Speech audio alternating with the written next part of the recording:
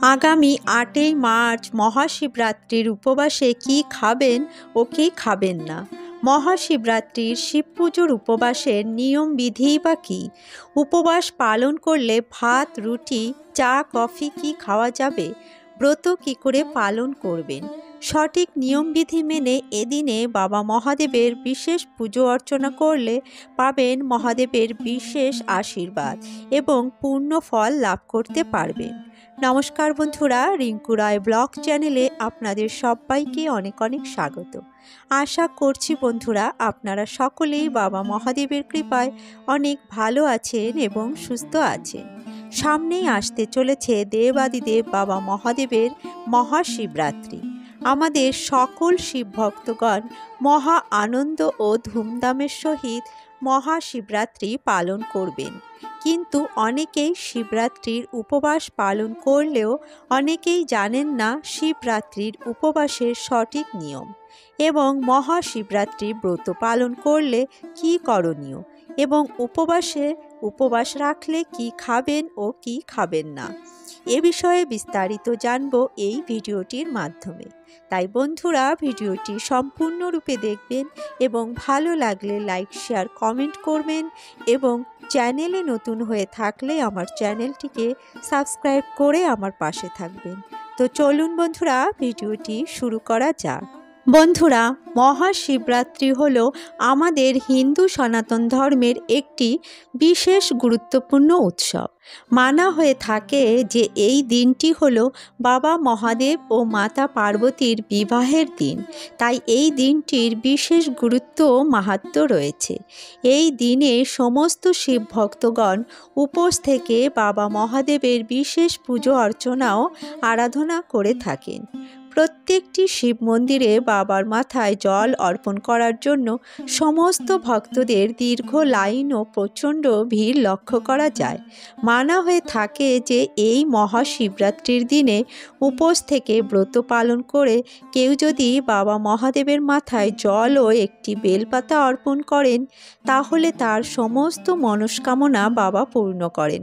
তবে এই ব্রত পালনে রয়েছে বিশেষ নিয়মবিধি, কারণ শিব ব্রত হলো একটু কঠিন ব্রত। তো বন্ধুরা চলুন এবার জেনে নিই এই শিব পুজোর ব্রত কি করে পালন করবেন এবং উপবাসে কি খাবেন এবং কি খাবেন না। বন্ধুরা তার আগে আমরা জেনে নেব এবছর অর্থাৎ 2024 সালে মহাশিবরাত্রি কবে পড়েছে। বন্ধুরা, প্রতি বছর ফাল্গুন মাসের কৃষ্ণপক্ষের চতুর্দশী তিথিতে মহাশিবরাত্রি পালন করা হয়ে থাকে। এবছর অর্থাৎ 2024 সালের ফাল্গুন মাসের কৃষ্ণপক্ষের চতুর্দশী তিথি অর্থাৎ মহাশিবরাত্রি পড়েছে 8ই মার্চ 2024 এবং বাংলার 24শে ফাল্গুন 1430 শুক্রবার এই চতুর্দশী তিথি পড়েছে। বন্ধুরা, এই দিনে মহাশিবরাত্রি ব্রত পালন করতে হবে। চতুর্দশী তিথি শুরু হচ্ছে 8ই মার্চ 2024 শুক্রবার রাত 9:57 থেকে এবং চতুর্দশী তিথি থাকছে 9ই মার্চ 2024 শনিবার সন্ধে 5:17 পর্যন্ত। মহাশিবরাত্রির শুভ মুহূর্ত রয়েছে 8ই মার্চ 2024 শুক্রবার রাত 12:07 থেকে এবং মধ্যরাত্রি 12:56 পর্যন্ত। এই দিন সকালবেলা থেকেই সর্বাত্ম সিদ্ধি যোগ রয়েছে। 8ই মার্চ সকাল 6:45 থেকে সকাল 10:41 পর্যন্ত থাকছে সর্বাত্ম সিদ্ধি যোগ। এছাড়া 8ই মার্চ ভোর 4:45 থেকে 9ই মার্চ সকাল 12:45 পর্যন্ত থাকছে শিব যোগ। বন্ধুরা, মহাশিবরাত্রির পুজো 4 প্রহরে করা অধিক ফলপ্রদায়ী। 8ই মার্চ 2024 শুক্রবার সন্ধ্যা থেকেই মহাশিবরাত্রির 4 প্রহরের পুজো শুরু হয়ে যাচ্ছে। প্রথম প্রহর শুরু হবে 8ই মার্চ শুক্রবার সন্ধ্যা 6:25 থেকে এবং রাত 9:28 পর্যন্ত থাকবে প্রথম প্রহরের পুজো। দ্বিতীয় প্রহরের পুজোর সময় থাকছে রাত 9:28 থেকে থেকে রাত 12টা 31 পর্যন্ত এবং তৃতীয় প্রহরের সময় থাকছে মধ্যরাত 12টা 31 থেকে ভোর 3টে 34 পর্যন্ত। আর চতুর্থ প্রহরের পুজোর সময় থাকছে ভোর 3টে 34 থেকে সকাল 6টা 34 পর্যন্ত। আর শিব মহারাত্রির উপবাস ভাঙার সময় বা পালন সময় রয়েছে 9 মার্চ 2024 শনিবার সকাল 6টা 44 থেকে বিকাল 6টা 18 পর্যন্ত। এই সময়ের মধ্যে আপনারা পালন সম্পন্ন করে নেবেন। বন্ধুরা, চলুন এবার জেনে নেওয়া যাক মহাশিবরাত্রির শিব পূজার ব্রত কি করে পালন করতে হবে এবং উপবাসে কি খাওয়া যাবে এবং কি খাওয়া যাবে না। বন্ধুরা, আগেই বলেছি মহাশিবরাত্রির শিব পূজার ব্রত একটু কঠিন ব্রত।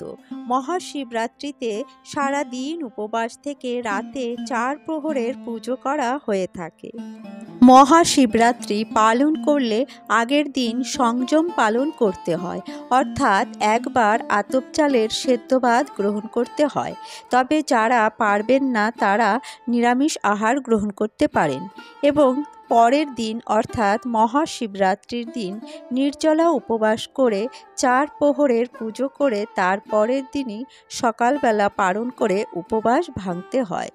বন্ধুরা, শিবরাত্রির সঠিক নিয়ম হলো সারা দিন নির্জলা উপবাস করে রাতের বেলা 4 প্রহরের পুজো করে, অর্থাৎ দুধ দই ঘি মধু দিয়ে পুজো করে তারপর পরের দিন সকালে পারণের পুজো করে জল গ্রহণ করতে হয়। এটাই হলো মহাশিবরাত্রির উপবাসের বা ব্রতের সঠিক নিয়ম।